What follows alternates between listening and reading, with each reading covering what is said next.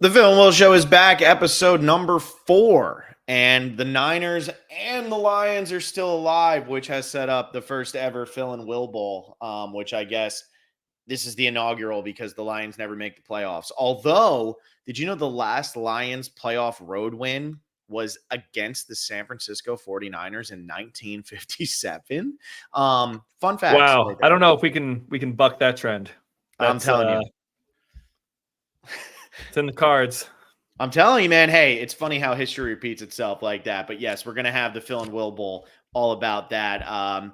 Maybe we're good luck. We start the Phil and Will Show, and this is only the 4th episode of this podcast, this series, and our teams are playing in the NFC title game. I mean, that's pretty impressive. It's pretty impressive. Do you think that they'll play to a tie and that they'll just move them both on into the Super Bowl so that we can have like a fun thing to talk about for the next 2 weeks? I would prefer that. I mean, I don't really want the Chiefs or the Ravens to win.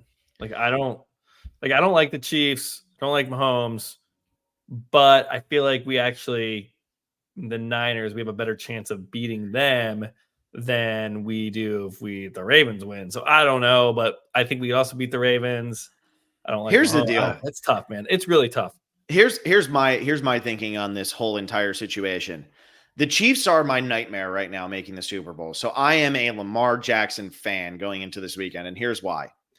If the Chiefs play the Lions in the Super Bowl, the entire storyline heading into the Super Bowl, it's going to be a little bit about the Lions and their first Super Bowl ever. It's going to be a lot about Taylor Swift dating Travis Kelce and how great that was for the NFL. We're going to get a lot of Swiftie coverage. And in the only 2-week period that I'm going to care about the Super Bowl in my entire existence, because it'll be the first one the Lions ever make, I don't need to hear about Taylor Swift and Travis Kelce. The second scenario with the Chiefs making the Super Bowl is they play the 49ers. And the last time the Chiefs played the 49ers in the Super Bowl, guess what? 3 weeks later, the entire world shut down because of COVID-19. And I feel like that's going to be a massive storyline going into the Super Bowl for sure. I think they're going to be talking about it a lot. Really? In the build-up. Oh, yeah, absolutely. Because they're going to be talking about how, like, the game before that, it was like the last normal sporting event we got for a very long time. So I don't want the Chiefs to make it. I don't care what Taylor Swift does. I like Taylor Swift. Taylor Swift is fine. I think the people who hate on Taylor Swift for this whole situation are kind of missing the point. Taylor Swift isn't the one who is saying, hey, NFL, put me on screen 9,000 times. But also, they're like 5-second cutaways with this. But the NFL is overbearing with it. I don't know if it's that overbearing. I think they're like quick cutaways in like a 3-hour broadcast. It's like, who cares? Oh my God. So here's Lexa Power though, Will. So Lexa Power, wow, I didn't know that my Survivor podcasters did football too. Did you guys know I work on the NFL on Fox podcast? If you guys send in questions for Dave, I'll make sure we get them on the show. And then wow. I know. So we got to send in questions for Dave. And then she said, I can't tolerate football stuff when I'm not at work. My Pats are out of it. So football is just work for me right now, but I'm wishing you guys luck with this pod. Well, thank you, Lexa. And maybe we will send our questions and maybe we can get it. We're official. Sure that's not Alexa. It is a Lexa. It is one of a few Lexas. Yes, it's Lexa. Okay, but it's not Alexa who okay. Good yeah, but maybe we can officially get this called the Phil and Will Bowl so that we can really explode nationally here. Yeah, can we have the NFL rename the NFC Championship? Would that be good? I mean, only when the Lions play the 49ers. We're not asking for too much. Right, no, just for this week, yeah. But so you don't agree with me? You think I'm being a baby with both of those takes or no? I don't really care about coverage of 2 weeks. Like, yeah, I'll listen to podcasts predictions, especially if the Niners are in it. I'm gonna, get really hyped up. But the things I will listen to and the content I will consume will be more like matchup stuff on the field, and like probably they'll be from like Niners experts, and it will be all biased, and I'll get really excited. Like, this is why we can beat the Chiefs. We can exploit this in their secondary. They have the 12th highest. They give up the 12th most yards to tight ends and crossing route, random stuff that will just make the Niners look really good, and I'll get super excited. I won't be going on like national, I'm not going to be watching like ESPN or First Take every morning and like listening to Taylor. Does anybody do that? I don't think so. I mean, I will on the occasion, especially if your team like wins a championship. I don't know if you've ever experienced this, Phil.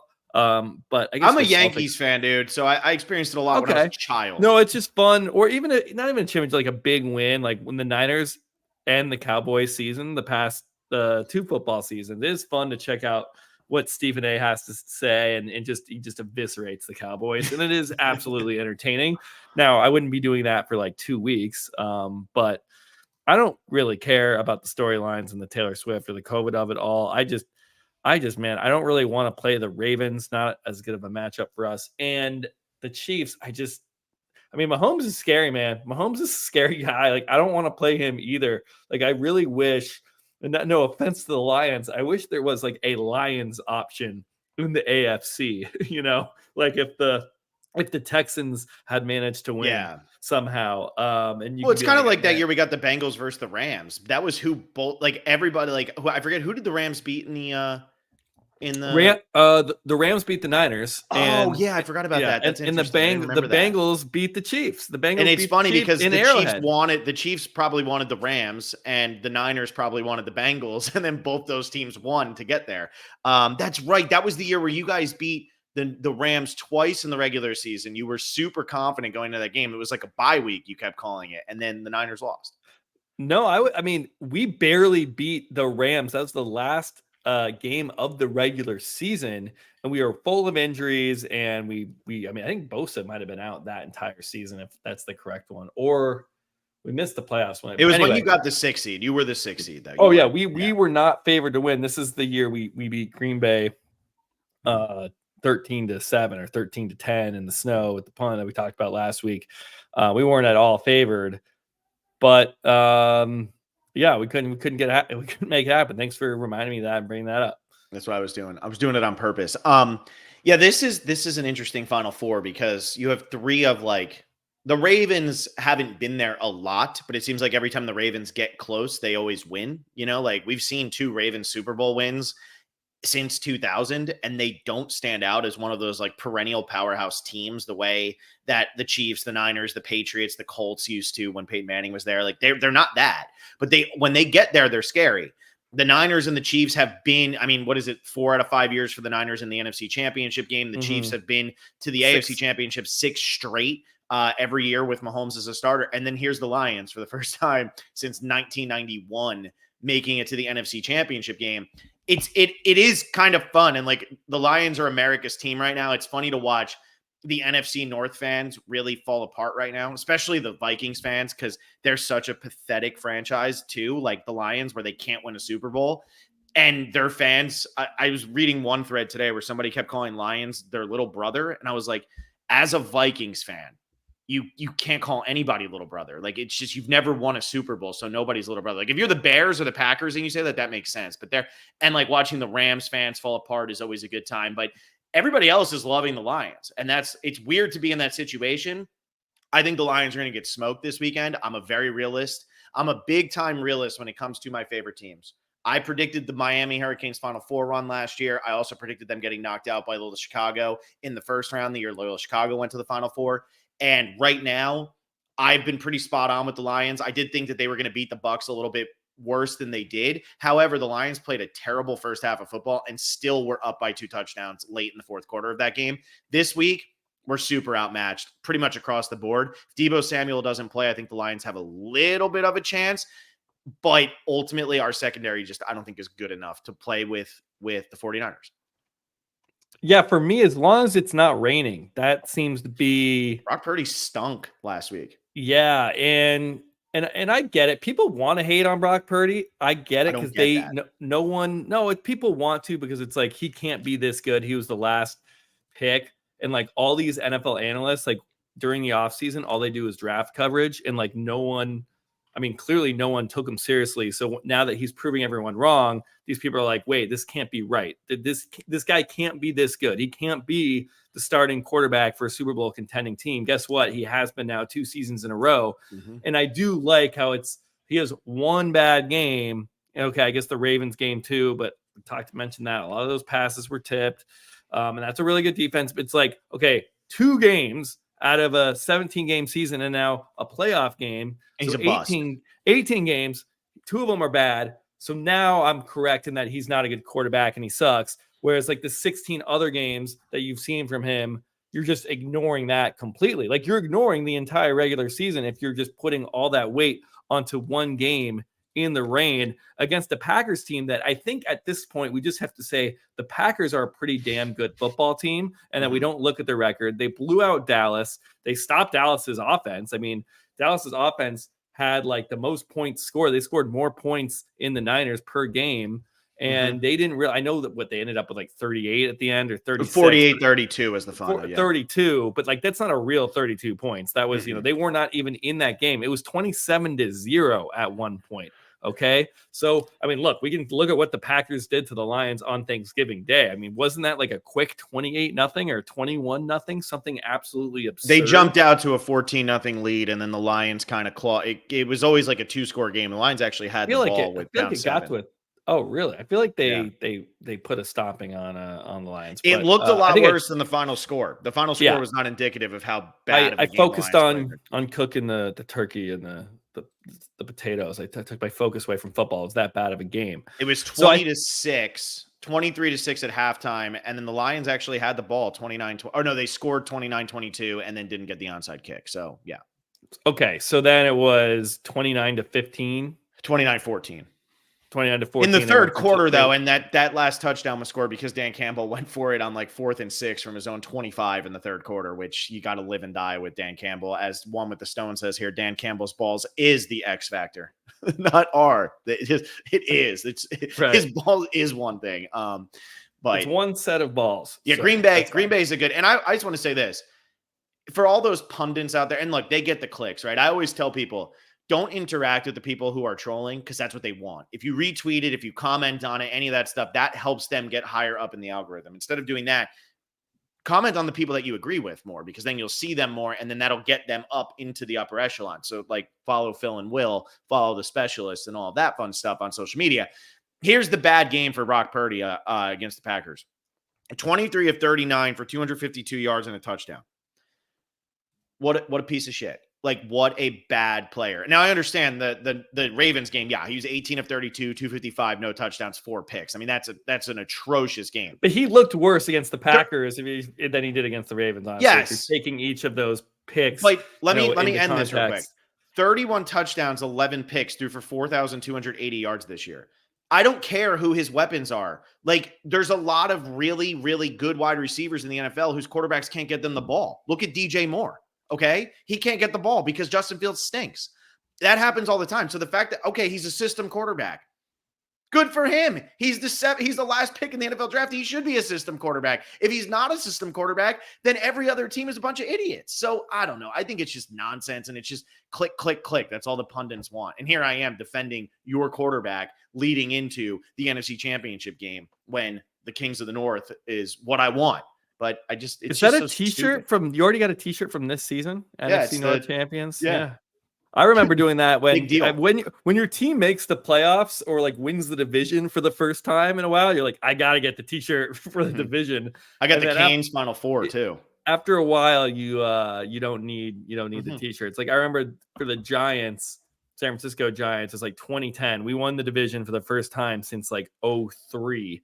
And that was in 2010. I guess that wasn't that long, but when you're a kid, it feels like it's a lot longer. I'm like, we haven't been in the playoffs in 7 years.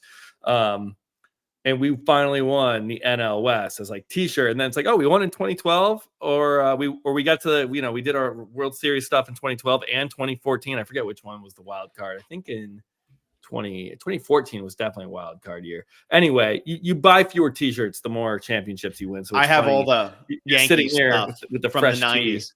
Yeah, I have all the Yankee stuff from the 90s, but the only reason that anybody bought anything in 2000 was because it was the Subway Series. But by that point, in 2009, you probably don't have anything. I don't have anything. And I also couldn't tell you anything about the 99 series because like 98 was the team that was great. 96 obviously was their first World Series since the 70s.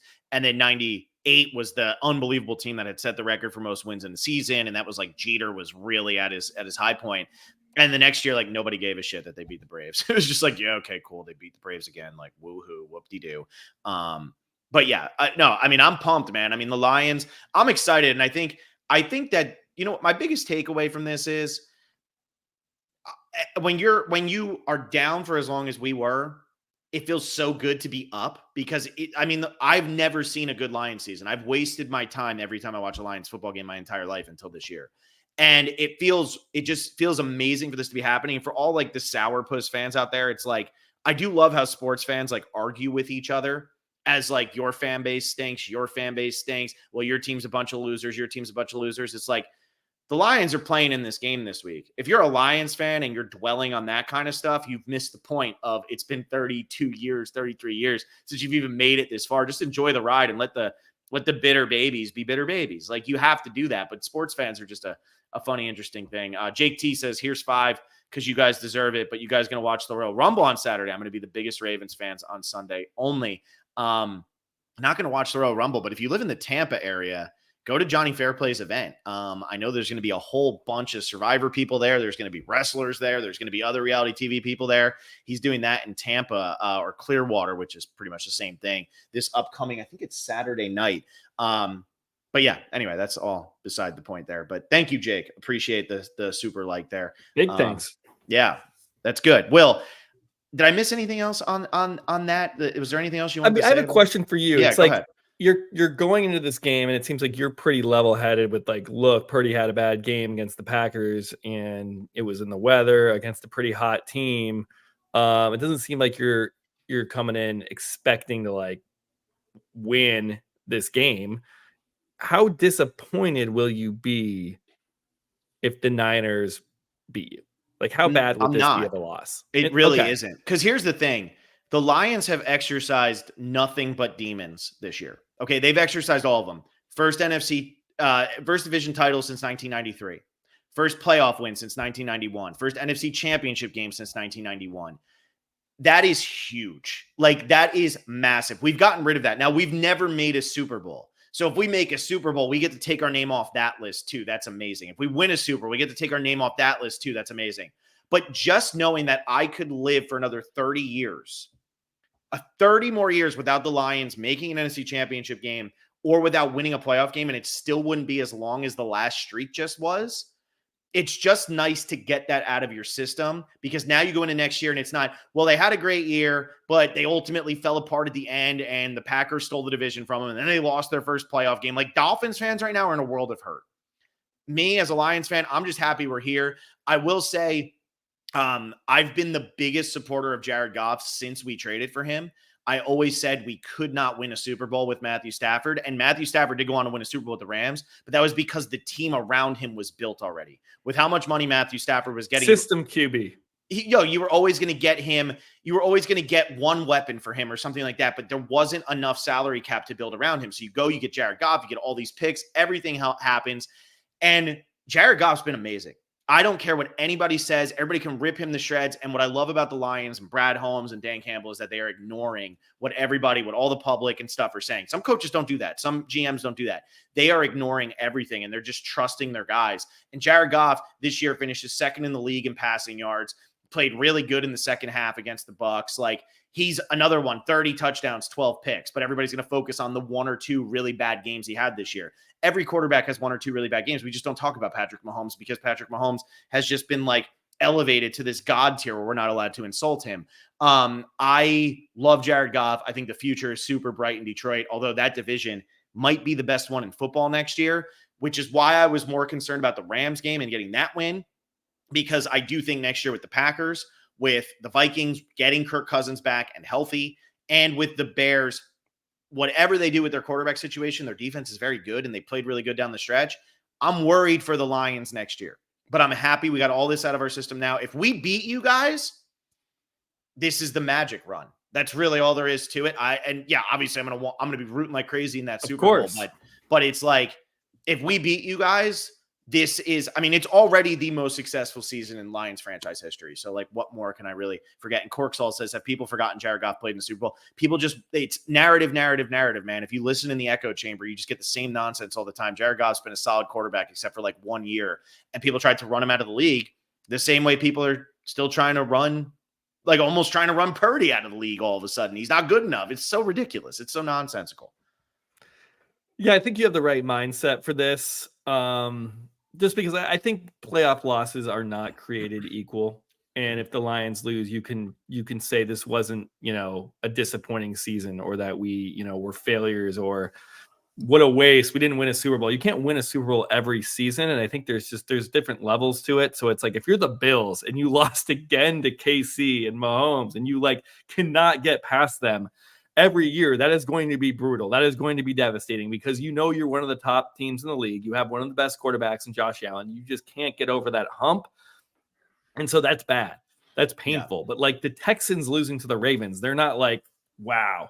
They're not. Yeah, I mean, the Texans won a playoff game this year. What more could you really have asked for? Right. That's insane that they even won a playoff game. And I think you have the right approach, that your psyche won't be destroyed if you're, obviously you're rooting for them to win. You'll be disappointed. But on the other side of things, and this is honestly a little bit scary, it's like the Niners have all the pressure in the world, because, I mean, you keep hearing the stat for NFC championships in 5 years. How many Super Bowl appearances? One Super Bowl appearance. And did we win? No, we didn't. To be more condescending towards it. I can be, but there's no need in this situation. I've already rolled honestly, over. It's scary that you're the one being like, yeah, if we lose, it's fine. I'm the one like, oh man, we have to win this. And then Lions have no pressure. That's the past 5 years, right? That's the past 5 years. And then if we go back to the Harbaugh era, okay, we made three straight national championship. College coach. He's in the NFL now. He's with the Chargers. He just got signed by the Chargers. That's crazy. We made 3 straight NFC championship games with Harbaugh. How many Super Bowl appearances? One. Did we win? No, there was a blackout. No. Yeah. So for me, this is as a Niners fan who has a conscious brain, and I think 95 was our last Super Bowl, and I was a wee one there. Don't remember that. This is the 7th NFC championship game, and yet still no Super Bowls to show for it, and only 2 Super Bowl appearances. So for me and for a lot of Niner fans, anyone who's under the age of 30, I mean, you weren't even alive. So there is so much pressure on the Niners here, and especially they look so bad last week that it is a little scary. You have this hot Detroit team who feels like the team of destiny. They've got the whole country on their side. Everyone's rooting for them. So this is a scary game, man. And all I can say is I hope it doesn't rain, and I hope Brock Purdy struggles, that we can chalk that up to, hey, it's raining. His hands are really small. He plays like shit in the rain. We saw it in Cleveland. Even though in Cleveland, no one talks about it. He did his final drive similar to he did against the Packers, and he had us for a 43-yard field goal to win the game. Yeah, you can't help that your kicker stunk. And I was in Tampa Bay for the Lions-Tampa game that day. And then the whole story after was how much Purdy sucked. It's like, guys, he had a game-winning drive, and Moody just missed the chip shot for the kick. 43-yarder in the NFL? I mean, come on. So that's what happened in the Bills game this week. And he misses that 40-something yarder. I know the wind was crazy and stuff, but I do want to say with the Niners, but see, no one's putting that on Allen. Everyone's putting it on. Of course. Yeah. Of course, because everyone put it on Purdy and not our kicker. Again, what is it, man? Ultimately, with ESPN, with these pundits, now I have no problem saying this. But it wasn't just ESPN. Brock Purdy's not as exciting for them. It was a lot of other people that I trust and podcasts that I listen to that were like, yeah, I mean, Purdy really couldn't handle the Browns and that defense, and like no one even brought up how great of a final drive that was, and that he even got them into a position to win the game with a field goal. So, look, if it's not raining and it's perfectly clear and Purdy is throwing balls at people's feet over and over again, yeah, that's a problem. Then something's wrong, and maybe the stage is too big. But I've seen him in moments throughout the season and last season. Like, remember, this is his 2nd NFC championship start. Technically, I think he threw it was his first pass attempt in which he got hurt. So maybe we just don't have all the evidence. Maybe he would have been throwing balls into the ground against the Eagles last year, but I highly doubt that. I highly think if we have a clear day, and that is an issue as a quarterback, you should be able to play in the rain. So they got to figure that out. I know he had a glove going. He's not a dome team. Yeah. He's taking the glove on and off. So I got to figure that out. But I think, hey, if we can win this game at home, it's clear. And then the Super Bowl is in Vegas, which is a dome. So don't have to worry about it for now. Yeah. Those are my thoughts. The one thing I will say with the Bills and with the 49ers, especially with the Bills more so than the Niners, but your window, people have been talking about a lot this week, is the championship window. The window gets smaller and smaller each year because the Niners have so many stud players at so many positions that eventually you're going to run out of cap space with that. Now, right now, they've done a very good job. I mean, John Lynch has been masterful with this, but it's good. You're going to run out. It helps having Purdy as the last pick of the draft. I mean, and guess what? He's getting Jared paid Goff, nothing. super cheap for the Lions, and that's why the Lions team is the best team they've ever had in franchise history because their quarterback is not getting paid a ridiculous amount like these other teams, and that's why the championship window stays open longer. The Lions championship window ain't closing anytime soon. Yeah, they're going to lose Ben Johnson after this year, but so what? Jahmyr Gibbs, Sam Laporta, Amon-Ra St. Brown, Aiden Hutchinson, Brian Branch. These are all players that are absolutely coming back. You're not losing these guys. So I love this. Ryan says the window is when the QB is on a rookie deal or when the QB is thrown out in the trash for no reason. And that's what happened with Jared Goff. And the Lions now have a very good quarterback who could end up winning. If Jared Goff wins a Super Bowl this year, which I don't think is going to happen, but if he were to win the Super Bowl this year, that is the greatest trade in sports history, the Matthew Stafford for Jared Goff. That trade and all the other things that went with it. For both teams. That's what I'm saying. It's the greatest trade in sports history because you had two teams win a Super Bowl within 4 years of that happening. It's unbelievable. It's unbelievable. Yeah. I will say for windows too, it's like if you're really an elite QB and you are getting paid, like the Chiefs Super Bowl window, as long as Patrick Mahomes is on the team. Yeah. So it goes both ways. So I think you need either the tip top of the tier QB or you need a QB that's pretty cheap. I think it's when you get into those like middling QBs, like your Kirk Cousins, your Daniel Jones, your Baker Mayfields. We'll see how other quarterbacks turn out. But I think if you have Burrow, we saw him get very close. I think Allen, you can't really put this all on him. There are QBs that it's like you need that top tier or you need to go like way, way cheap and lower. All right. So let's quickly, and then we'll jump over to the other game and then we'll talk about this Baseball Hall of Fame stuff that we wanted to talk about here. But what are you taking in this game? Right now, San Fran is favored by 7. And in terms of the total, so does ESPN Bet have it at -6? I know, right? I'm actually not. I should be looking at ESPN Bet right now. ESPN Bet has it at -1.5. No, they have it at -7 as well, and the total at 50.5, which is what everybody else pretty much has. 50.5, 51, something like that. Where do you feel on any of this? Oh man. This is tough because I haven't really been paying attention to that side of things, the betting and the gambling. I'm sure I'll hop in on a bunch of props before the game and lose a bunch of money like I seem to do every single weekend. Hey, you had Jahmyr Gibbs over on receiving yards. Too bad you lost your other 9 bets, right? I hit that one. I had Lions over 1.5 field goals. I lost that.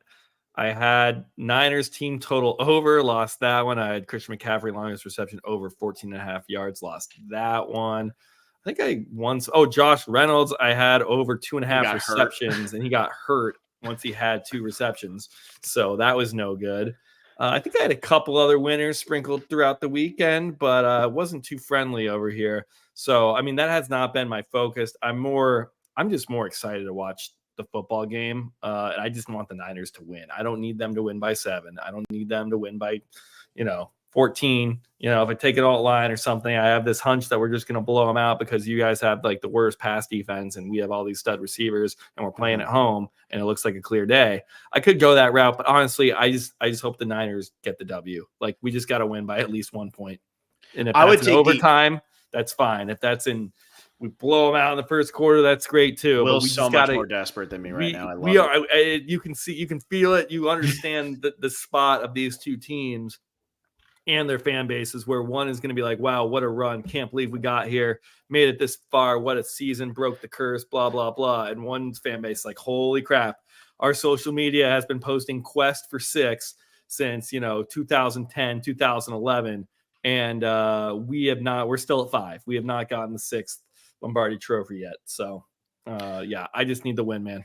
I would take the over in this game. In terms of the spread, I really don't know. The Lions could keep this close. The Lions could win this game. Like this is a game 10% of the time. You play 100 times, the Lions probably win 10 to 15 times. It's got to depend. It's going to depend on how Brock Purdy does play. If Brock Purdy can't take advantage of the secondary, the Lions will win. The Lions, to me, feel like they're still a year or two away from actually like winning, but this is a really weak year across the NFL. I would just take the over. The Niners have the opportunity here to put up 40 on the Lions, but the Lions also have the ability to put up 30 in this game, depending or 40. on or 40. How Honestly, Brock Purdy plays. the Niners defense over the past few weeks of the season, I know they have a great roster defensively, but they have not looked all that sharp. And in that game against the Packers, it was a lot of bend don't break. You know, the Packers moved the ball pretty easily on the Niners, especially in the first half. And it was just holding the Packers to field goals. And then there was that missed field goal. I mean, there's a lot of points left on the board by the Packers. And sure, you can credit that to, 49ers defense, playing great in the red zone and buckling down.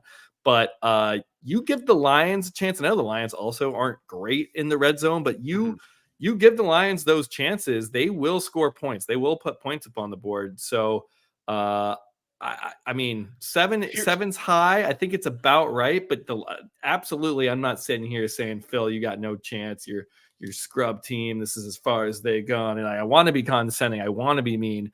But as bad as we looked last week and as good as, this Lions team can be, I can't sit here all that confidently and tell you got no shot as much as I want to. Yeah. And the last thing I'll say about this game, nobody ever talks about lines, right? Offensive, defensive lines. It's like what nobody discusses. The Lions have one of the best offensive lines in football. Mm-hmm. The Niners have one of the best defensive lines in football. But the Niners defensive line is what makes their defense click. If their defensive line doesn't take advantage of the matchup, that's when the secondary struggles. If the Lions can keep Jared Goff's pocket clean, the Lions can win this game. That is absolutely. In the Niners D line, it's like they got the big names. They've got Bosa, they got Chase Young, they got Hargrave, they got Armstead. They didn't do anything against the Packers. They didn't sack Jordan Love once. And I know Jordan Love is way more athletic and scrambly than Jared Goff. Like Jordan Love, man, he is shifty. Like he really avoids pressure super well, especially for a rookie or a quasi rookie, first year starting, whatever you want to call it. Jared Goff doesn't have that ability. So at least the Niners have that going for them. But like you said, the Lions have a much better O-line. So that is a matchup to watch for. The Niners O-line defensive line needs to step up big time. And then also our O-line, we got Trent Williams, but who else? I think all Niners fans heading into this draft, we actually have a first-round draft pick this season, first time in a long time. It's pretty much, hey, get the best O-lineman available. Like it could be a tackle, it could be a guard, whatever. Just get someone, because right now our O-line is not that good. So the Lions, I know they can put pressure too with Aiden Hutchinson and everybody on that side of the ball. So I'm scared, man. I'm scared. We're desperate. We need this. I don't feel super confident. I'm just excited to watch. I did consider going, but the Lions fans, they haven't been to a playoff game in so long. The tickets are so crazy. They've priced out. They priced me out. Possible. They priced you. I mean, and that worries me too, that it's going to be way more Lions fans than you think. Michigan, we know Midwest teams travel really well. Michigan teams travel really well. So, as do the Niners fans, not saying that we don't, but a team that has been to the playoffs this many times. And as I just said, 7 NFC championships. And I think how many of those? Probably 3 or 4 of them, I want to say, have been at home, maybe even 5. Like a good amount of them have been at home. This isn't some rare once in a lifetime opportunity for Niners fans. And so you see these ticket prices going up and up and up and up because the Lions fans, man, they've been saving up their entire lives for a moment like this. Yeah. All right, let's jump over to the other game that we'll talk about for approximately 5 seconds, since we talked about this one for 35. We got the Chiefs going to the Ravens. The Chiefs are 3.5-point underdogs. The total's at 44.5. The total had opened at 46.5, dropped 2 points. And the spread had opened at 3, and now it's 3.5. Do you have anything in you that will allow you to take the Ravens when Patrick Mahomes is getting a field goal plus the extra half point? Like, I can't bring myself to. I have to. No, last week I said the same thing. Oh, did we review our picks from last week? I don't think we did. Very quickly, here's what you had. You had the over in the Ravens game, which was at 44. The game ended with 44 points. 44 push. I had the Ravens minus 7.5. Hit that. San Fran minus 8.5. We both had. They played like shit. We know that. San Fran over 30.5. We both missed that. And then you had the Detroit, Tampa Bay over 48.5. That hit. I had Detroit minus 6.5. That hit. You had Kansas City +3. So that hit. And I had under 45.5, which didn't hit because that turned into like a scoring bonanza in the second half. But we did pretty good. I mean, we did okay last week. That's we did much better in the wild card weekend. 50. But yeah, 3.5 points. How do you not take Mahomes here? It's the same reason why I was on the Chiefs last week, and I wanted the Bills to win. There we go. Jordan Alford, I actually think the Lions will win this week. I just had to throw that one last in there just so that you can start that's fine. There's a chance, man. There's a chance. I'm not sitting here being a cocky 49er fan as much as I want to be. No, the Chiefs, if it was 3 or 2, maybe you question it. I think 3.5. But isn't that, or aren't we getting tricked here? We always talk about this. Like, what is Vegas? But it's opened at 3, and then so many people bet on the Ravens that it actually moved so that you're now getting the Chiefs because people are taking the favorites. Because look, Lamar Jackson and the Ravens looked really good in the second half of that game. The defense didn't give up a touchdown because the touchdown was on a punt return. But are the Ravens as good as what they did to the Texans, or is that just they played the Texans?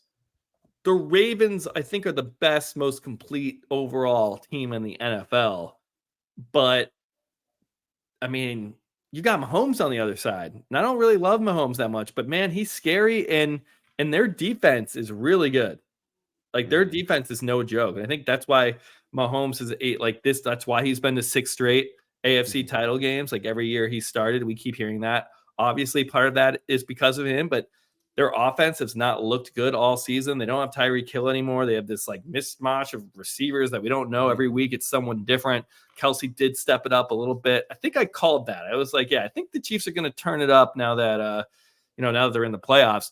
And it looks like they are clicking. And you look, the Chiefs just played Buffalo at Buffalo. They're not going to be scared to go on the road to Baltimore. And we had heard the thing about the road playoff wins for Mahomes, and that he always gets these games. He's had the easiest kind of path to the playoffs with the 1 seeds and games at Arrowhead. He just went in Buffalo, one of the hardest places to play, in a windy game full of weather against Josh Allen, a great QB, maybe the second QB, best QB in the league, and they won. So you think they're going to be scared to go to Baltimore? I don't think so. So I'm taking the Chiefs again, man. I'm taking the Chiefs plus 3.5 because as good as the Ravens have been, I need to see it from Lamar. They've got a lot of young players on this team. I need to see it from their defense. To me, it feels like the Chiefs, like what's not working with the Chiefs right now, especially too, the Ravens, they played the Texans, and the Texans, who'd they play? The Browns with Joe Flacco and all those injuries and no Nick Chubb. And, they just fired 3 of their coaches or whatever. The Browns were kind of a mess of a franchise as it is. I don't think we can sit there and say the Texans were this like great team. And obviously their offense was good, but man, you look, the Ravens just played the Texans. The Chiefs just went on the road and beat the Bills. So I'm taking that momentum into this game, and I'm taking the Chiefs. Yeah, Alford says here too, blitzing Mahomes is a death sentence, and the Ravens love to blitz. I think for my sanity, I will take the Chiefs spread and the Ravens money line. That's like, I'm not actually going to bet that, but I'm saying if you ask me who's going to win the game, I would say the Ravens are going to win. But if I was picking against the spread, I'd say this is going to be a field goal game. So I'll take the Chiefs with the extra half point. But I need the Ravens to win this game for my sanity. I'm not a Mahomes hater, but I am tired of like the shenanigans with the Chiefs. The Chiefs are getting pushed down our throats so hard, and they have been for years now because they're so good, and that's fine. I'm like the person who always said I love Tom Brady. I was not a Patriots fan. Yeah, did I get annoyed with the Patriots being good all the time? Sure, but why hate greatness? Like, there's no reason to hate greatness. So I like the Chiefs. I like Patrick Mahomes. I like Travis Kelce. I like Andy Reid. I'm over the storyline shit with them, though. And I'd rather see the Ravens and Lamar Jackson actually get it done. Look, I root for Lamar Jackson because I do think with, a lot of what goes on with Lamar Jackson, he won that one MVP and then he was terrible in the playoffs. And we've seen Lamar struggle in the playoffs. He bet on himself last year, kind of won that bet. I mean, it worked out for him. And now he had a really great year. He's going to win another MVP. He's a quarterback that I think a lot of people don't expect to win a Super Bowl because he's not your standard quarterback. He's a running quarterback. He leads his team in rushing, on the team with the most rushing yards in the NFL. Like, that's crazy. But at the same time, I would like to see him get over this hurdle and beat the Kansas City Chiefs and get into the Super Bowl. Also, as a Lions fan, if I go into the night game and see that the winner is the Ravens, and that's who we be playing in the Super Bowl, I'm feeling better. I know that's going to make people think I'm crazy because we lost 38-6 to the Ravens the first time. Good teams do not get blown out by good teams twice in the same season. There are so many adjustments for the Lions. Yeah, but it's funny because you guys got blown out by the Ravens, but you also beat the Chiefs. And then the excuse was, oh, they didn't have Travis Kelce. Well, yeah, the Chiefs didn't have Travis Kelce all year anyway. Like, he was a ghost. Yeah, and they didn't have Chris Jones. They so didn't it's have Chris whatever. Jones, which is a little, that's a pretty big deal. But I'm just saying, I don't think that we have as good of a chance against the Chiefs, because also in that Chiefs game, a lot of our defense looked good because of how many drops the Chiefs had. The Chiefs dropped so many passes in that game that would have changed the outcome of that game. But with the Lions playing Baltimore, there are so many adjustments to make. That is a team that would be hungry the second time out, and Lamar Jackson is easier to play the second time you play him. The Texans showed that in the first half of this game. In the second half, they got blown out, but the Texans just had nothing going for them. But Lamar Jackson in the first half struggled, and that is because he is easier to play against the second time you play him. The Browns beat him the second time they played him. I mean, the Steelers beat him the first time playing, but the Steelers see him every year. He is easier the more you see him because you know what his tendencies are, and you can't plan for his speed. I want the Ravens to win this game. I think the Ravens can win this game. I think they have a legitimate chance. The only bet I'd be placing on this game, though, is the Chiefs plus 3.5. Because if the Chiefs lose by more than a field goal in this game, this just wasn't that good of a team all year. I really think that with Mahomes having been there, with this whole team having been there, that is what we're going to get. And pressure's on the Ravens. The same way the pressure's on the Niners, the pressure is on the Ravens. Like the Ravens, Lamar Jackson needs to get over the hump. He needs to get to a Super Bowl. That is where the pressure lies this time. The Chiefs have been there, done that.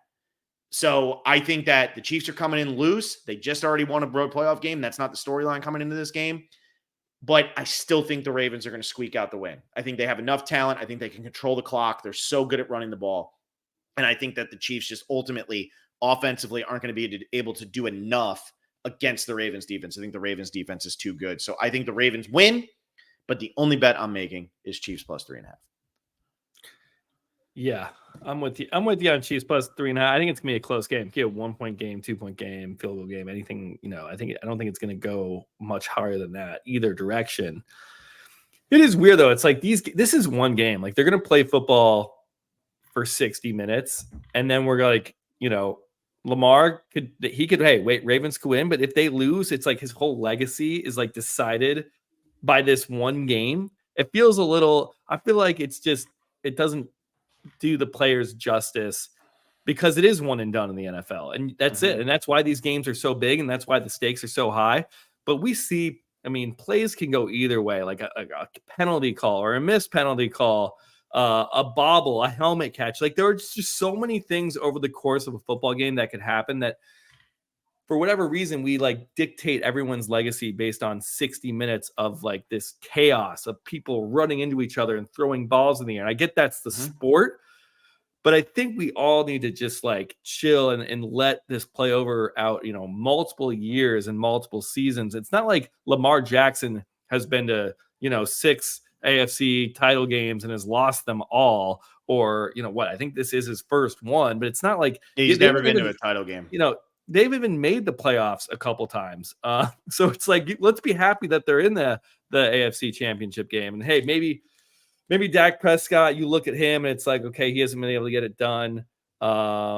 He's had one playoff win, I think.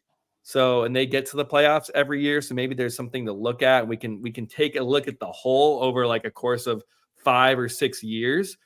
But to just boil a lot of these people down into, hey, if Lamar doesn't win this game, he's never going to win a Super Bowl ever, or we can't trust him in the playoffs. It's like, look who he's going against. Like, one of these teams has to win. The other team is trying too.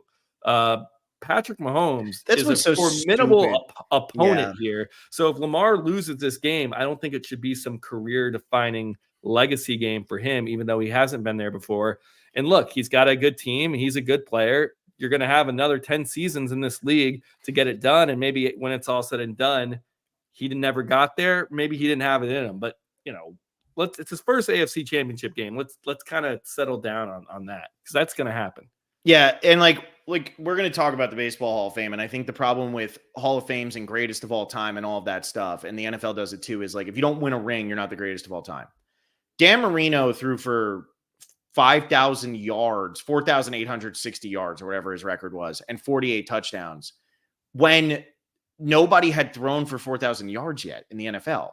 Like Dak, like nobody on the Cowboys, what was it, the Niners this year? Nobody had ever thrown for 4,000 yards in a season until Brock Purdy just did it, and they have Joe Montana and Steve Young. Mm-hmm. It's like the NFL used to be he such did a different that game. He did that before the extra 18, game. Yeah, before the week 18 game. But it's such a different game right now. It's so different, and so much pressure goes on to the quarterbacks and stuff. But I think if you haven't won a Super Bowl, if you don't win a championship, like you're not one of the all-time greats. Dan Marino runs circles around any of these teams. If Dan Marino was the quarterback for the Niners in the 90s, oh my God, he would have been insane. He was ridiculous anyway. He never had Jerry Rice. If he was the quarterback for the Cowboys with Michael Irvin and then a running back like Emmitt Smith, are you kidding me? And that's where I think like Lamar right now is just gets shit on week after week after week after week. And it's like, look, Lamar is interesting because it feels like the pundits want to make excuses for Lamar when he has a bad game. And then Brock Purdy, they want to say, well, that's the norm when he has a bad game. And I think, but then when Lamar gets to this situation, all of a sudden he starts to get, oh, well, he can't win the big one. He can't win the big one. Why do you have to be able to win the big one right away? Peyton Manning didn't win the big one until what, 10 years into his career? It's so insane. It's so insane. And Forrest says here, Will's argument could also apply to Josh Allen. The Bills haven't made it yet either. And Josh Allen, everybody wants to call the MVP over Lamar Jackson in the regular season. And he played terrible. He led the league in interceptions, or was second in the league behind Sam Howell. It's just that type of stuff drives me so insane because it's like, it bleeds into what happened with college football this year. It was the pundits felt like they had a bigger impact on what actually took place. Let the players play. You're talking for a living. That's like when we do this podcast, I know that we're just blabbing, man. But like, let the players play the game. Lamar Jackson, I hope Lamar Jackson goes out there and runs for 200 yards this weekend and leads his team to a victory. But if they lose by 3 points to the Kansas City Chiefs and Patrick Mahomes and Travis Kelce, okay, like what are you going to do? Yeah, someone's got to win. It's like someone's got to lose. Like we know going in, one of these teams is losing, and so it's hard to like, it's hard to hold that. It's hard to hold it against them, really. I mean, especially like one loss like this. Again, if it's like over in 10 years, we can look back and make some arguments and some points based on like the total knowledge we have of someone's career, but. While we're right in the middle of it, we can tone. Yeah, remember, John Elway was a disappointment too, and then he won 2 Super Bowls in his last 2 years. Like, yeah, back to back. It's amazing how that stuff works. Forrest DeGroat, give me the Ravens -3.5 and Lamar over 64.5. And then Jordan Alford says if Lamar plays well but loses, he gets a pass. But if he lays an egg, it's sketchy. It's like, so you're gonna have bad games in the NFL, and it's just amazing who they focus on as having a bad game. And it feels like Jared Goff, Brock Purdy. I think that is a fair point, though. It like depends. It depends how you play. Like it doesn't seem like Josh Allen is taking as much heat here. And then some of the other games, like when he didn't get the ball in the overtime 2 years ago, like he didn't take that much heat. It's like, what do you want him to do? But if you're going to try to tell me in totality, you're like, oh, Josh Allen's, never made it to the Super Bowl. And that does add up, and people do talk about it. Yeah. And I mean, look, all the people who want to use analytics to determine whether or not interceptions matter and all of that stuff. All I know is that Josh Allen ended this season with 18 interceptions. He threw an interception in all but 3 regular season games. It's terrible. Like, that's terrible. It doesn't matter who you are. That's terrible. And I understand some of those are going to be Hail Marys or 4th downs or whatever. But 18 interceptions in a season is really bad. And like, you can use any analytic you want, but at the end of the day, he threw 18 interceptions. So I really don't. And he didn't make the Super Bowl. And he didn't make the AFC Championship game. Josh Allen just might not be the guy for the Bills. But I know that's not really a conversation. So you're saying Chiefs. You're taking Chiefs. I'll go Ravens win. But I think what's the total? What's the total? What are we at? The total is 50. No, the total is 44.5. I was going to say 50. Holy Lions, smokes. I like the under in this game. I do like the under in this game. I like the under, but both these offenses they can have explosive plays where they just zip. They're 70 yards down the field. And I'm not going to bet the under. I just like the under. Yeah, it seems like the smarter play, but these games, anything goes. Yeah. So I'll stick with I'll take the points in the Chiefs. Yeah. Jordan Alford said, have you met Brett Farfield? I've not met him, but I will say he's probably the most overrated quarterback in the history of the NFL. Because his stats were because of longevity, not because he was actually like as amazing as those stats say. Like LeBron. Yeah. Yeah, sure. There we go. We can have a whole LeBron conversation another day. Just throw that in. All right. You want to jump over to this Baseball Hall of Fame disaster so we can have fun with this? Sure. And I don't know if we need to break down the Hall of Fame as much as maybe we just give our thoughts and opinions on baseball overall. I mean, we'll start with the Hall of Fame, and I'm definitely down to let this thing kind of spread out in a conversation maybe about baseball, its place in sports, its place in culture, and all the changes that we're seeing in the sport.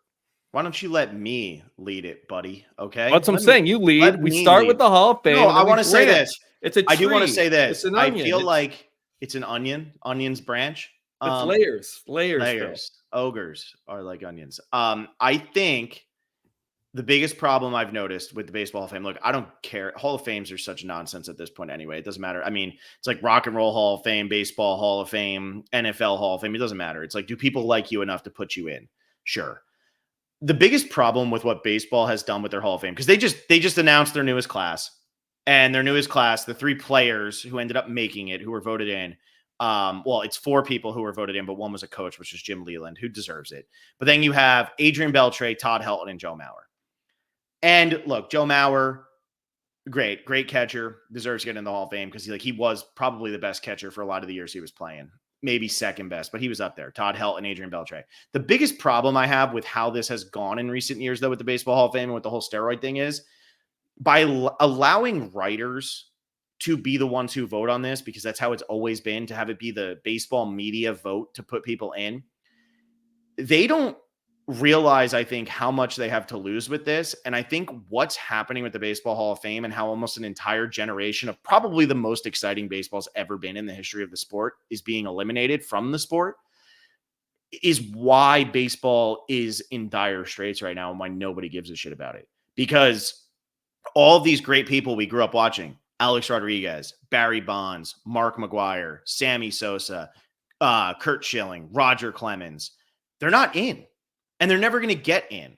And like, I understand why people don't want to put them in because it was like steroids. But if they're all on steroids, like, good for you for being able to blast a home run off of Roger Clemens, and good for Roger Clemens for being able to strike out a roided up Barry Bonds. Like, good for them.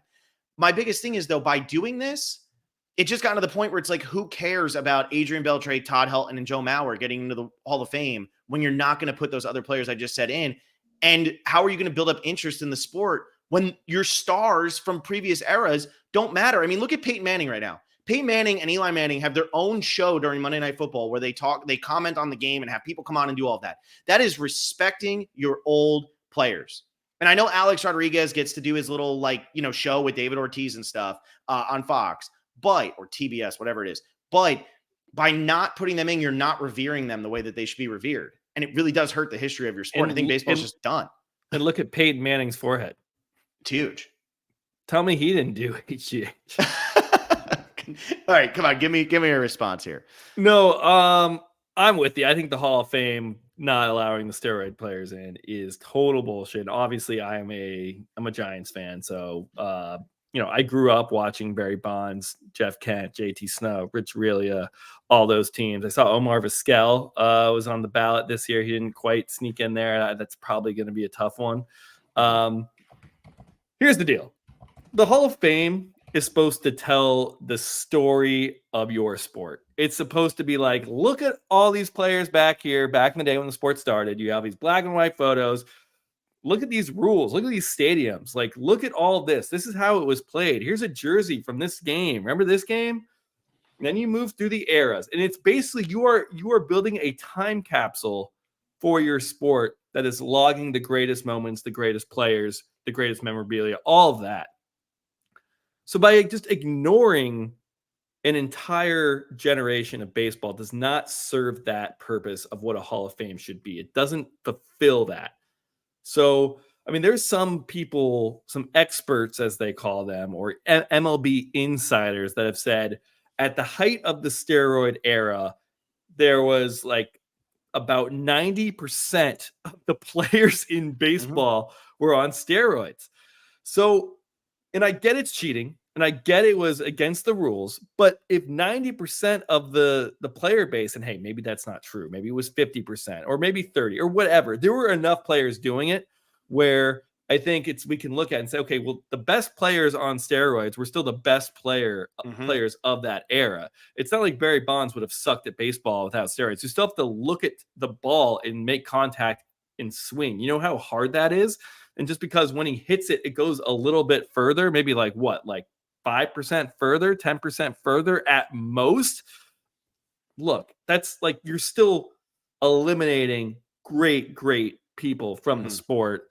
There's this series I see on Instagram, and I think it originated on TikTok, but it's like a series called Barry Bonds stats that when they're read, they seem fake or made up. I have a couple of them brought up. The first one is, hold on, I gotta play this video. All right. Well, I'm going to say this. Forrest DeGroat here, he says, reminds me of the Lance Armstrong situation where they said in a documentary that to find someone not on roids, they'd award like the 64th person. And that's pretty much what this was. It was like, yeah, it was the steroid era, but like, should they be considered better than Babe Ruth? Probably not. But was Alex Rodriguez, you can't sit here and tell me Alex Rodriguez wasn't one of the greatest players or one of the most important players for 20 years. So from 2001 to 2004, 39.5% of Barry Bonds at bats were either walks or home runs.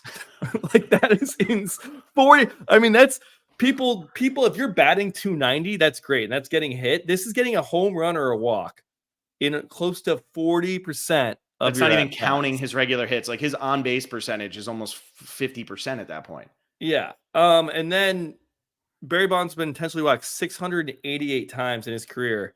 That's more than the entire Tampa Bay Rays organization combined. 668 to 663. Congratulations to them for passing Barry Bonds in 2024. They will do it. I believe in that. Yeah. All right. Here's another one. So he was the seventh player to have 200 home runs and 200 stolen bases. The fourth player to have 300 home runs and 300 stolen bases, and the only player to have 400 stolen bases and 400 home runs. And the only guy in baseball history to have 500 home runs and 500 stolen bases. So it's like that guy's not in the Hall of Fame. You think 500 stolen bases plus 756 home runs? Like, what are we doing? What are we talking about? Yeah, I mean, you can go on and on with these. There was one video. It was like if Barry Bonds' whole career, if he didn't play with a bat in his hand, like he just didn't have a bat, so it was just his walks, basically. Like he would still have been like an MVP level player, pretty much. Yeah. So it's absolutely ridiculous. Yeah, and one of the things that really bothers me is, like, for instance, Mariano Rivera is the only player to ever be unanimously selected to the Hall of Fame, and he deserves it. I mean, Mariano Rivera is the greatest closer of all time. I know Billy Wagner is getting close here to getting into the Hall of Fame, and hopefully he does. Billy Wagner does deserve to be in. He just missed it this year because he got 73.8% of the vote, needs 75% of the vote. What bothers me with this, though, is let's look at when Derek Jeter got into the Hall of Fame, right? It was right during the COVID year, so I think he got inducted in 2020. You ask any person ever if Derek Jeter's a Hall of Famer, you're going to get your Red Sox fans who are going to bitch about Derek Jeter. Oh, it was only because he was on this team or whatever. It doesn't matter. He had all the hits. He has the World Series rings. He has the clutch. He had the defensive plays. Like, Derek Jeter is a Hall of Famer.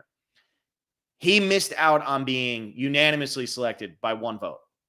And what bothers me is, why does the writer, like, congratulations to that baseball writer who is the one person who didn't cast a vote for Derek Jeter to get in the Hall of Fame.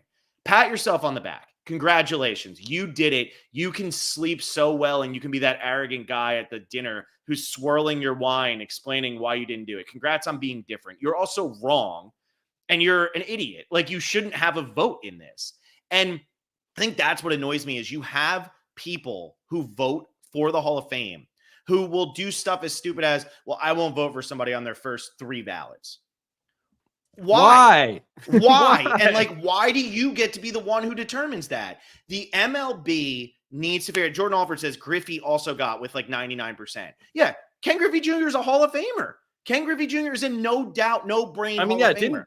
Didn't Babe Ruth, he got like 97%. So there's like 3% of voters who were like, nah, but I don't also think Babe in Ruth that first has class, got they were nominating so many people. I think it was so much different and all that. But like Ryan says, it needs to be the coaches and players who vote. The problem is by having the writers vote and knowing that they all have their agendas and there's some people who will never vote for anybody from the steroid era, which like good, that's to each their own.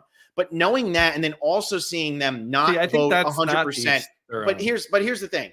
To also have that and then add in that you won't get 100% of people voting for Derek Jeter and 100% of people voting for Ken Griffey Jr., you have no merit. You are clowns. Put on your gigantic red nose before you go to work tomorrow morning because that's how you need to show up in public.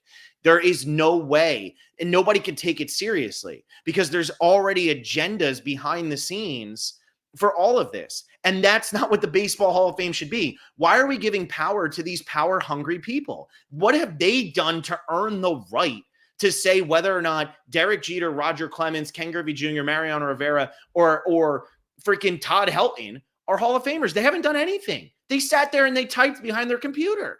It's a joke. It's so stupid, and they need to change it. And the baseball writers, like the ones who will post their ballots just so they'll get clicks and stuff, like, go away. Nobody cares about you. Nobody remembers your name.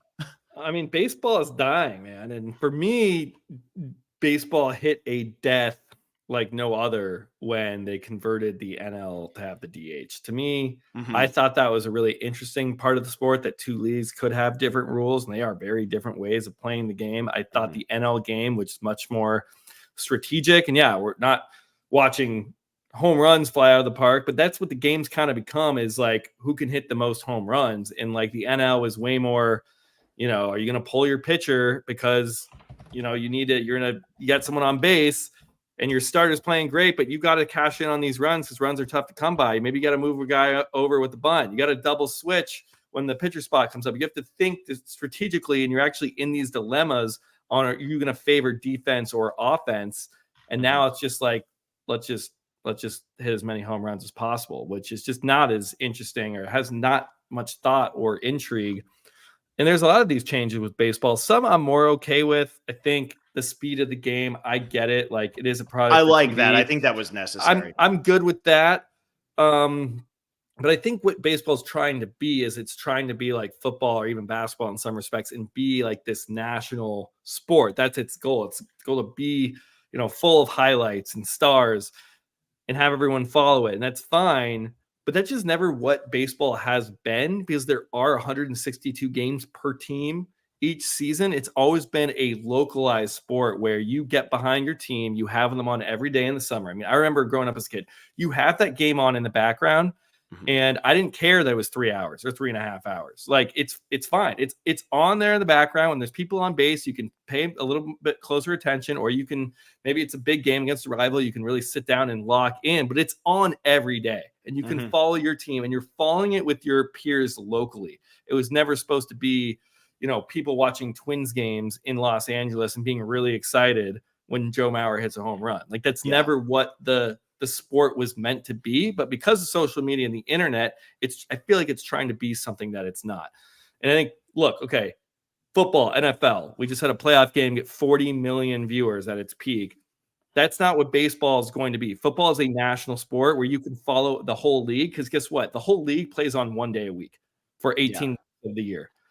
Football or baseball, you are literally all of April, May, June, July, August, September, then 7 days a week, every single week. Days a week, at least 6 days a week. Sometimes it's 7 days a week. You can't follow your own team that much, let alone follow the entire league. So it is a localized thing. Like, I could tell you a boatload of Giants players' names because I watched them growing up. But if you ask me, like, who are the other players in the league, I didn't really care. Like, American League teams, I had no idea who these players were, especially we didn't have interleague matchups. It was a thing the city or your community could get behind. And that was fine. I think that's what its place was. And then, again, like I said, football is fully national. You can follow the whole league. Basketball is kind of in the middle. Basketball is more like star driven. Like, you have your big star. We'll play a couple national TV games on weeknights and some big weekend games. But it's all about star power. And then it became highlights and social media. But like, this isn't what baseball was ever meant to be. Yeah. So I feel like it's going in a direction where it's like, let's tighten up these games. Let's make it shorter. Let's just have quick home runs, get rid of any strategy or thought, and just kind of mosey You know through what would these. help? But it's like, damn, I kind of like the long form of baseball where you just have it on, it's on every day, and you can get behind your team as a city. Go ahead. You know what would help with the home runs and stuff? Steroids. If more people did steroids, that would help big time with the home But runs. I don't and even things like want that. people just I'm just hitting messing. I'm messing home with you because runs. it's funny like, that that's what they're going for, that's and then what the league wants. yeah, it's funny because they're shunning. And again, this goes back to the Hall of Fame problem. You don't talk about anybody except your home run hitters right now and your ace pitchers. That's all anybody talks about. However, you are telling us that an entire generation of people who hit the most home runs in the history of the league don't matter. Say the steroid era in the Hall of Fame. Look, in 400 years, this shit's not going to matter anyway. So just do what you have to do and put these people in. I want to bring this one up. If you're watching highlights, Phil, the best highlights, like Baseball Diving Tonight. catches.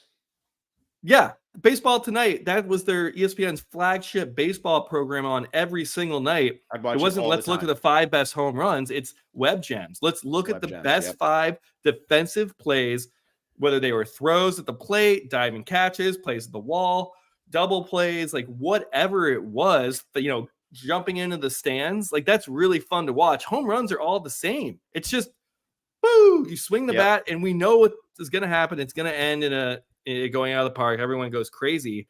Like I feel like we're focusing on the wrong part of baseball, and it needs to find its roots. That's my rant anyway. I don't know if I'm right. That's my opinion. Like let me just bring this up. Doesn't need to serve all these different things. Let me ask you this, okay? And this is something that I really do need to, So Jordan Alford says you could treat it like the dead ball era when pitcher stats are inflated. Exactly. So now it's the steroid era. And the fact that Clemens was striking all these batters out, whether he's roided up or not, the fact that he's doing that up against these hitters who are all on steroids is crazy. Aaron Judge has been in the league 8 years. Aaron Judge hit 62 home runs in a year. Aaron Judge hit 52 home runs in another year. Do you think that Aaron Judge could be a Hall of Famer? I'm asking you this. You don't have to get too into it. Just a yes or no. Do you think he could be? He could be, right? For sure. Obviously. Okay, good. I'm just making sure. He has struck out 1,038 times. I'm doing this so I can really show how the game has changed, okay? He has struck out 1,038 times. He has 3,005 at-bats. So 1/3 of his at-bats, now those aren't his plate appearances because he's walked also a lot, but 1/3 of his at-bats are strikeouts, okay? And he has 257 home runs. That's less than 10% of his at-bats are home runs. So 1/3 are strikeouts, less than 10% are home runs. Do you know the Tony Gwynn stats? No, go ahead. Okay. Tony Gwynn has 9,288 at-bats. 9,288. Aaron Judge was 3,005.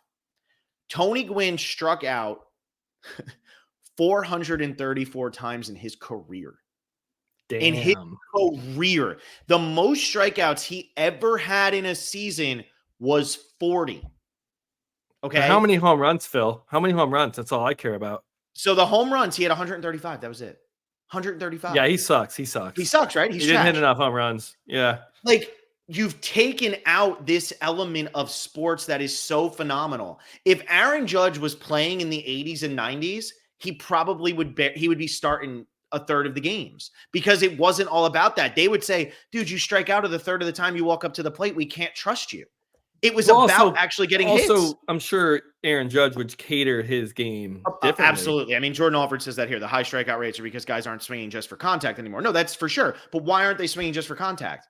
Because that's not what people want on the field anymore. And actually, that's hurt baseball, not helped it as they try to become more explosive. No, because there's not these. It's not these rallies and runs where you get another guy on base, then you move a guy over and you sack. It's like it's all just strikeout, home run. Yeah, and it's like whoever thinks that's more interesting to watch, like good for you, but I could not disagree. Well, and look, Babe Ruth is probably the greatest home run hitter of all time. We know he wasn't on steroids. We know he was eating like crap, and he's hitting 62 home runs in a season. However, or 60 home runs in a season. However, we can't actually watch footage of Babe Ruth hitting home runs. Okay, we can't. Like, you can watch random clip here and there, but you can't actually see Babe Ruth walk up to the plate and hit a home run. The greatest home run hitter we have ever seen is either Hank Aaron, or Barry Bonds. It's one of those two people. Those are the only two people who can watch. And we're not even allowed to talk about Barry Bonds anymore. And we can't talk about Mark McGwire. And we can't talk about Sammy Sosa or Rafael Palmeiro, who, by the way, was an asshole during the steroid. Sammy Sosa might even be on I could get Sammy Sosa because of the cork bat thing plus the steroids. Yeah. Like he had a little bit worse of an offense, like in addition to what everyone else is doing. But if you only if that's your only offense was steroids, like, yeah. I mean, and A-Rod, you can't talk about Alex Rodriguez hitting his home runs. I mean, did Alex Rodriguez end up hitting 700? I don't think so. He was, I don't think he did either. I'm trying to find it real quick. But like, so you're talking Barry Bonds, Hank Aaron, Babe Ruth. Great, we can talk about all them. Albert Pujols at 703. Albert Pujols is going to be a Hall of Famer. Alex Rodriguez, 696. We can't talk about him. And then Willie Mays is somewhere up there. Then Willie Mays, then Ken Griffey Jr., Jim Thome, then Sammy Sosa, 609. Can't talk about him. Mark McGwire, 583. Can't talk about him. Rafael Palmeiro, 569. Can't talk about him. Manny Ramirez, 555 home runs, not in the Hall of Fame. Roided. Like David Ortiz is in with 541, and good for David Ortiz. But you're talking some of the best home run hitters of all time we can't even talk about anymore because they did steroids and all that. And they're not going to make the Hall of Fame, and we're supposed to ignore that. But then at the same time, those are the people that if you're a young kid today, you should be going back and watching highlights of that the same way I go back and watch highlights of Marino or something along those lines from football. Like if I'm more into football, I'm going to go watch highlights of these quarterbacks I couldn't watch. Montana, who I was only seeing in my youth, Steve Young, Troy Aikman. Like I don't know what these quarterbacks actually look like, so I'll go back and watch highlights. The players that the youth would be going back and watch highlights of now, because the game is so catered to home runs, aren't Derek Jeter. Derek Jeter didn't hit home runs. And you already don't have Pete Rose in the Hall of Fame, and that was for the gambling shit and all of that. But you already don't have Pete Rose in the Hall of Fame. And now you're not going to have some of the greatest pitchers and some of the greatest hitters because you have a bunch of snobs who want attention and want to be the gatekeepers. And it's a joke. It's an absolute sham. And you're never going to get the game to rebound from the disastrous situation it's in right now if these people are never going to let the home run hitters from the era of home runs that really made baseball into what it is today into the Hall of Fame.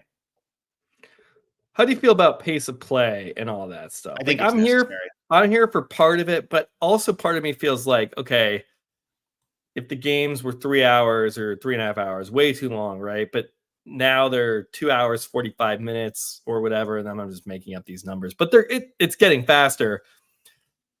The whole point's like, oh, the TikTok generation and Gen Z and the attention spans. It's like, they're still not going to watch a 2 hour and 45-minute game. Well, and when do they become baseball fans, right? They become baseball fans as they get older when they want to sit down and watch it with their dad or with their uncle or with their grandpa or something like that. Like they're not watching it when they're 12 years old. It's okay if not every generation likes it. I know we need to continue the sport. It's not like no one's watching it. We have enough fans. Kids are still playing it. Yeah, kids are playing it. Kids are at ball games, and the numbers might not be great, but it's like at some point, it's like you can't throw away everything great about the game to cater.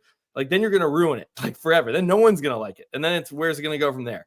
I agree with Jordan 100% on this. I do like this good thing. And here's the thing: I'm a Yankees fan. Yankees games were unwatchable, dude. They'd be 4 hours and 25 minutes because of all of the ads and stuff that would get put into them and everything. Like you'd be getting over at 11:30 at night for a 7:00 start game, and you're like, what the hell? It was a regular season game.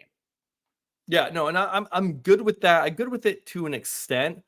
When you go to a game, Phil, I don't know when the last time you've been to a game is, but you can feel it. Like you go out of your seat. You go out of your seat to get a beer, you come back, you missed a full inning, like both teams coming up to bat. And that can turn people off from coming in person. It's like, especially if you don't live close to the stadium or have to take public transportation, and then you are commuting in, let's say, an hour away to watch a game. You're spending all this money on the tickets, then on food, on beer, getting a souvenir for your kid, getting cotton candy.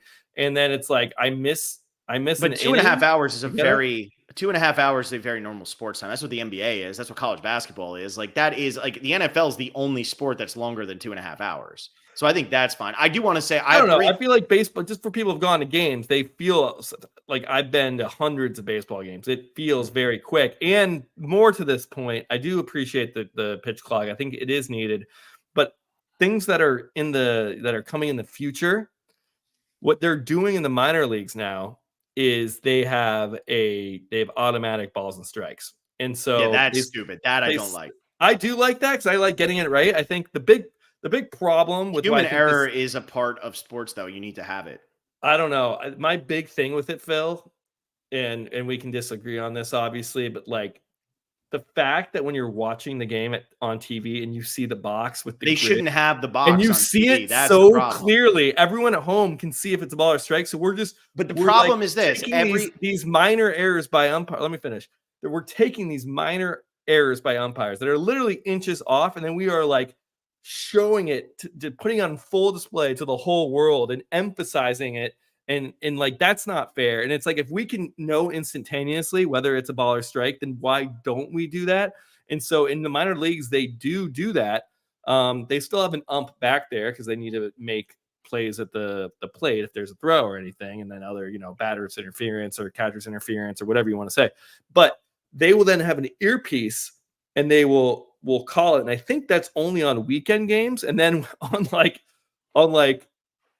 weekday games, it will just come up on the screen immediately. They don't even have an umpire call it. Like it just pops up and it's just understood.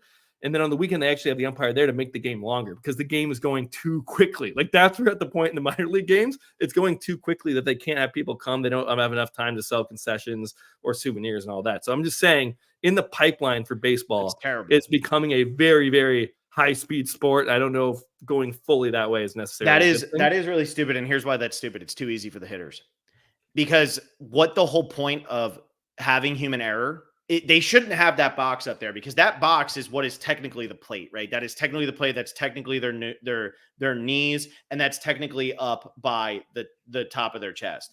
Yeah, but it's always but here's the thing. Subjective, yeah. But here's the thing. There's accuracy. What is it? It's accuracy and validity for anybody who's like a scientist. It's accuracy and validity.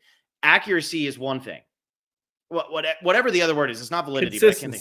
Consistency, whatever it is. But there's going to be umpires who are going to have a wider strike zone. There's going to be umpires who are going to have a tighter strike zone. There's going to be umpires who are a little bit more inconsistent.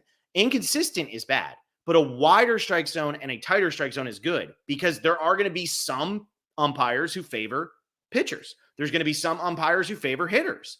There's going to be some umpires who have a high strike zone, who have a low strike zone, but that is a part of it. If you get to the point where that is a strike because the robot says it's a strike, well, the hitters now know every single time what is going to be a called strike. It's too easy. The pitchers have to hit that spot. If you're a great pitcher, part of what makes you a great pitcher is knowing the umpire that's calling your game and getting the calls you need to get from that umpire. If you know he's calling it a little bit outside all game, keep going outside.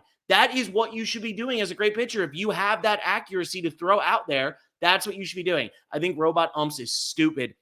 I think it's like you're not technically getting it right at that point. It's just that is what we have determined the zone is. I don't think that's good for baseball. I think that's a weak point, and I think it takes away a lot of the strategy of what baseball is supposed to be. It takes away one of the only compelling things about baseball. I hear you fully on that. I just think as a product and as more people gamble on sports and it gets married to sports, it will kill baseball and everything. Having so many of these really blatant calls that we can see wrong instantly on TV, it is so frustrating to watch modern baseball in some of these strike zones. And I wish we could have human error, but the human error is so vast and it's so inconsistent. And that is the biggest problem. You'll have one inning, a really tight zone, and then another inning, a really wide zone. And it's almost impossible for players to play it. And if you have a completely objective zone that is right or wrong, then you can't complain. And it's a more fair and truer game. And look, pitchers are already dominating anyway. Like if you give a little bit more nod to offense, which is what baseball wants, I don't think that's like the worst thing. We already saw them make the bases bigger, which honestly seems a little bit insane. Like I think that was kind of crazy just because we have all these, just for the tradition. That was more for safety, I think, than anything too. I don't know. Just you're not sliding into people standing there. We've been doing this for over 100 years, man. Hey, dude, they're trying to make the game more modern, and they're failing. I get. No, they made it bigger to make stealing marginally easier because you have a bigger target, and the distance is now shorter between the plates. I don't think that really had an influence, and we have just all this tradition and stats of stolen bases that now don't mean anything in comparison to what we're doing now. So I don't know. I think a lot of these changes, I like some of them. I get what they're doing, but man, I think baseball honestly needs to like embrace its uniqueness, kind of stay in its lane, and embrace the things that makes it different and maybe makes it why it's not a national sport, and lean into the localization and like the really intense community and like home runs and strikeouts. I don't think that's the answer. And if the game keeps speeding up too, I don't know really where that's going to end up, where that's going to lead to. Brett Cotton here is just popping in because I always save this and the traders for when I'm bored at work. Thanks for the extra pods, loving the extra free content. Thanks, Brett. If you want to like the video, subscribe to the channel. If you haven't subscribed to the channel yet and you're listening to the Film Will Show, please subscribe to the channel. It really helps us out. So please go listen. Also, if you're listening on podcasts, say on Spotify or iTunes or any other podcast, Brett, it seems like reviews. It seems like reviews are good, but it seems like close to 80% of the Phil and Will Show, that's where the listeners are more audio podcasts. We do this on video on YouTube. So if you ever want to come see our ugly faces and check out my Niner robe. But also leave a 5-star review. If you're listening over there, please do, because that really does help us across the board. And that's true. Good. That really does help us. So please leave the reviews. We don't really talk about that enough on these shows, but we're pretty bad at that. We also I started talking about it more, and people actually started subscribing. Like I mentioned it on that one podcast last week, and we gained like 60 subscribers like overnight. And I was like, damn, we haven't gained 60 subscribers in like a year because we never mentioned to do it. So please subscribe. Please like the video. That really helps us. I just want to close out kind of this thing. I know this started with Baseball Hall of Fame and then it got to wherever we are now, but I do want to close with this. Brett Cott says, what are your thoughts on the Shohei Ohtani contract? I feel like baseball is a broken sport with no salary floor or cap. I think that this is, again, getting into does baseball want to be what every other sport is, or does it want to be its own thing? And I don't think it knows right now. And I think a lot of that goes to the history of it. In the 90s and 2000s, baseball was super popular. Like the 90s and like early 2000s, baseball was incredibly popular. And baseball has fallen out of popularity. And as they've fallen out of popularity, what I think they're failing to realize is during its most popular time, a lot of those players, again, have just been disregarded. Like, we're not supposed to talk about them. They're not Hall of Famers. We can't have a conversation about, are they an all-time great? Because, they were on steroids. But the thing is, you need to find a middle ground here. You need to find a way to make this work. And speeding up the game, I think, is a good thing. I work a lot of baseball games at, college levels. And having that pitch clock has made my life so much better when I go to these games, because you're not going to get a 4-hour game. I think that's good. I think it's very hypocritical and funny that it also revealed that baseball used to not sell alcohol after the 7th inning, but now they'll do it after the 8th inning so people have more time to drink. So it was never actually about safety. It was just about, they would claim it was about safety, but now you're going to move it back, even though the game's moving faster, because your sales are going down. So now they're going to push it back and make it more dangerous. I thought that was pretty telling and funny. And I just think, I agree with you. The localization is important because, everybody talks about Mike Trout right now, but nobody really watches Mike Trout play baseball. There's not many people who actually watch Mike Trout play baseball unless you live in Los Angeles, which, by the way, if you live in Los Angeles, you don't actually live in the same county as where the Angels play. So it's like you have to be more localized, and you have to do that, and you have to be more supportive, and there has to be that excitement around that. I just think at this point, do I want a salary cap? I don't know. It's a whole nother conversation, and it's almost midnight here on the East Coast. I mean, I think that's what makes baseball unique. But at least a limit. Shohei Ohtani. No, the Shohei thing is it's a big load of crap. I mean, it's a loophole. It's like, we're not going to pay you until later, when your contract's over, when you're not and playing, then that won't add against our luxury tax or our tax. It's BS. So it's a complete loophole. I think baseball will do something about it. I hope they do. I mean, I hate the Dodgers. I hate them with a passion. They just buy every good player. I think it does. I think baseball, it would be in their best interest to even the playing field a little bit. Now, the NBA has a soft apron and then a hard apron at the second one. So I think there's ways where you can still give your big city, big market franchises the opportunity to go get the stars that they want.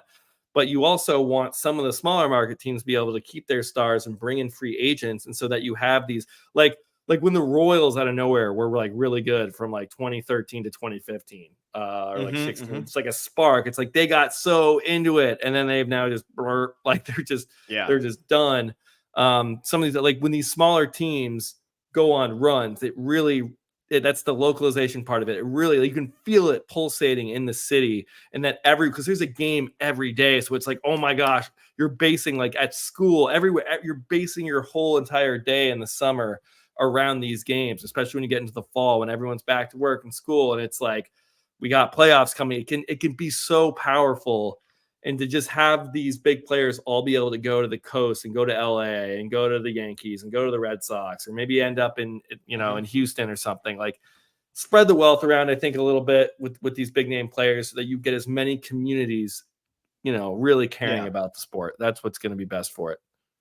Yeah. So we just fixed base. Did we just fix it? We just fixed baseball. We fixed baseball. We couldn't right. fix the trust. If you haven't watched our trust episode, we recapped that right before we this. Still are out on that. Yeah, guys, go watch that if you want to. The finale was really bad, but you can hear us talk all about what they need to fix about it. I hope you enjoyed this. With football season coming to an end, this will kind of bounce around. We'll come up with different topics and stuff. But if there's anything that happens throughout the week where you're like, dude, talk about this, I want to hear Phil and We'll talk about it, let us know. Comment on this video. We'll talk about anything. Yeah, NFL is. It doesn't just have to be sports. Yeah, it's 90% of what we talked about on our first. This is only our 4th episode. We're a month in to the Phil and Will show. We can talk about whatever. I mean, I still have my pressing question, Phil. I don't know when I'm ever going to bring it up. Maybe next week. Maybe next week when we have. I don't know. We're gonna have a Super Bowl preview. No, but but we'll still talk about after, right? We'll still talk about the matchup when it's Niners Chiefs, a rematch of the 2020 Super Bowl. But yeah, so go listen to that. If you're an Oscars fan, if you're a movie fan, go check out mine and John's Oscar nomination reactions. I know a lot of people are pissed off about like the Barbie snubs in air quotes, which is really, really funny. So go check out that. We did a whole bunch of talking about all of the nominations across the board, and become a patron. Patreon.com/the specialist. $5 tier, you've been getting a whole bunch of movie stuff. Will's New Era. The $10 tier, you're getting the Survivor Rock Draw, the casting perspective. $20 tier, you're getting Every Season Matters, which we're into the last week of Borneo. So we'll be starting Australian Outback on January 29th. That's for the top tier. Become a patron. You also get to join the Discord, have conversations. You can throw in some topics, questions, things like that. Thank you all so much for listening. Hope you enjoyed it, and we will see you next week.